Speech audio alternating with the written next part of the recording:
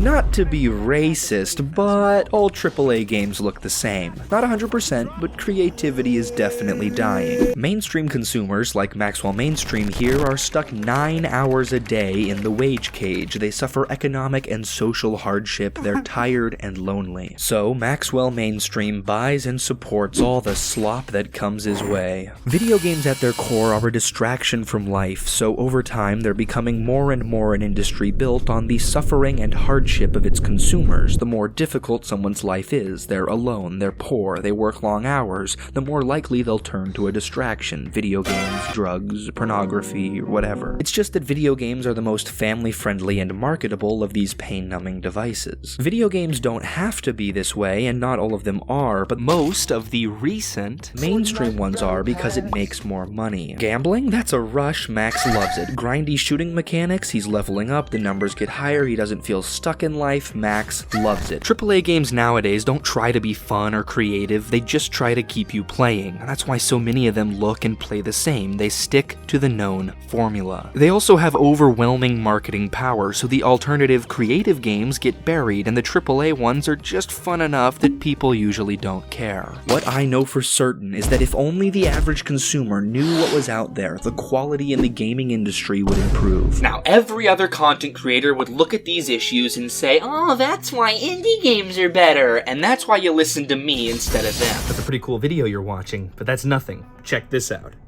Oh, you like that? Well, that's a custom design just for me, but you can buy similar designs at ToastyTime.shop. Indie games are not universally better than mainstream games, and their existence doesn't fix the core problem. While some indie games are more creative, graphically unique, and fun than some AAA games, there are way more terrible indie games than AAA games. Trust me, I've delved into that cavern many times before. Creativity in gaming is risky. Going too far can alienate players, and playing it safe can be just as detrimental. Indie games can risk creativity because most are hobby projects, but a AAA game cannot afford to fail. AAA games only seem better than indie games because we see every AAA game, regardless of quality, generic, boring, it doesn't matter. They market the crap out of it regardless because they've already invested the money and they need to make that back with the product that they have. Whereas with indie games, we only see the very best, most creative indie games because those are the ones that successfully get free marketing because they don't have as much of a marketing budget themselves. But even then, the average mainstream consumer probably won't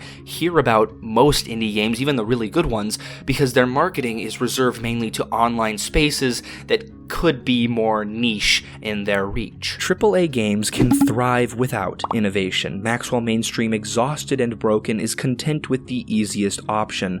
But as many factors as there are that push him to buy these games, at the end of the day, he has control over what he buys. Yep, I'm gonna victim blame him. Stop playing games for a second and get a hobby that's not just consuming. Start doing things that are a little bit more difficult, but ultimately more fulfilling, like finding a significant other, and ultimately you'll start to see just how boring and soul-draining a lot of these games are. I'll admit though, it's a tough ask and it's not that easy to do, so from here on, I'm starting a series to explore the most creative, unique, free-thinking indie developer nobody knows about. Not because his games have fun mechanics I think should be more popular, not because I think his style is widely appealing, but because his avant-garde ideas will expand the minds of all the Maxwell Mainstreams watching and stimulate their imaginations, so that they will no longer accept what is essentially dangling keys in front of a toddler from large gaming companies anymore. This is the Jack King Spooner series, exploring the games made by the most creative indie developer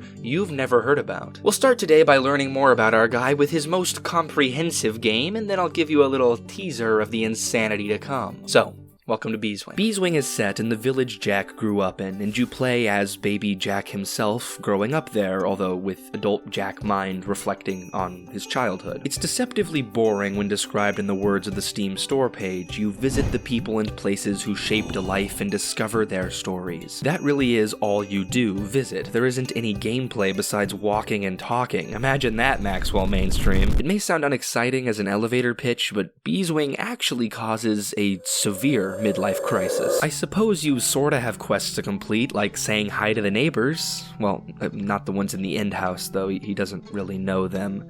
I don't know my neighbors. The quests in Beeswing are really just to give Jack a framework to comment on aspects of life and share his philosophical musings, and damn, this guy has some interesting thoughts. One of my favorite examples of the storytelling in this game comes from the vignette of Tony. Tony is a freezing beggar who isn't very grateful for the free warm soup he's given. Before you can learn any more than that, though, you're forced to explore, which allows time to form an opinion and pass judgment on Tony. When his story continues, Tony says he used to be a part of the circus, and I mean, this is so ridiculous, it just adds to your previous judgment that this guy is a scammer, homeless loser, and you're just being nice to him.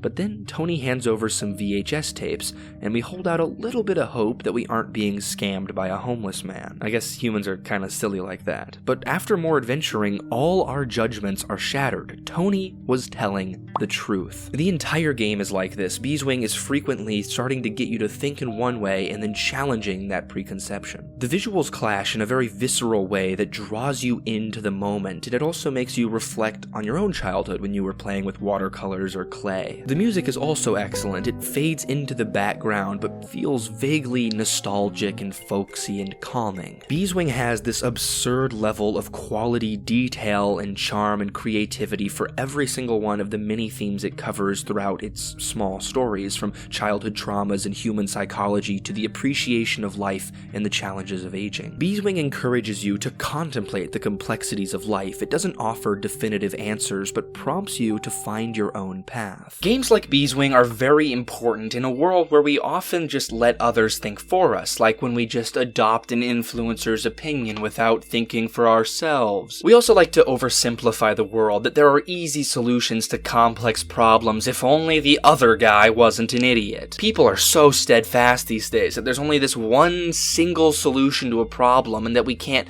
compromise or work together as a team, and that's exactly what causes all this conflict. Here's what I think. Believe what works for you, but don't push it on other people. Raise your kids with love and respect and let others do the same, and if they struggle, offer them a hand. There's a million different unique ways to look at the world, but if we all follow these couple principles, things will work out pretty good. Or disagree with me, but tell me why in the comments. I genuinely want to know what you think. I love reading your comments, and I really want engagement. I just want you to think. Don't be a passive consumer just watching YouTube videos or playing video games all day. Those things are fine, but you also need to mentally challenge yourself a little bit, at least once a day. Maybe think an original thought. Well, just think an original thought. We'll just leave it at that.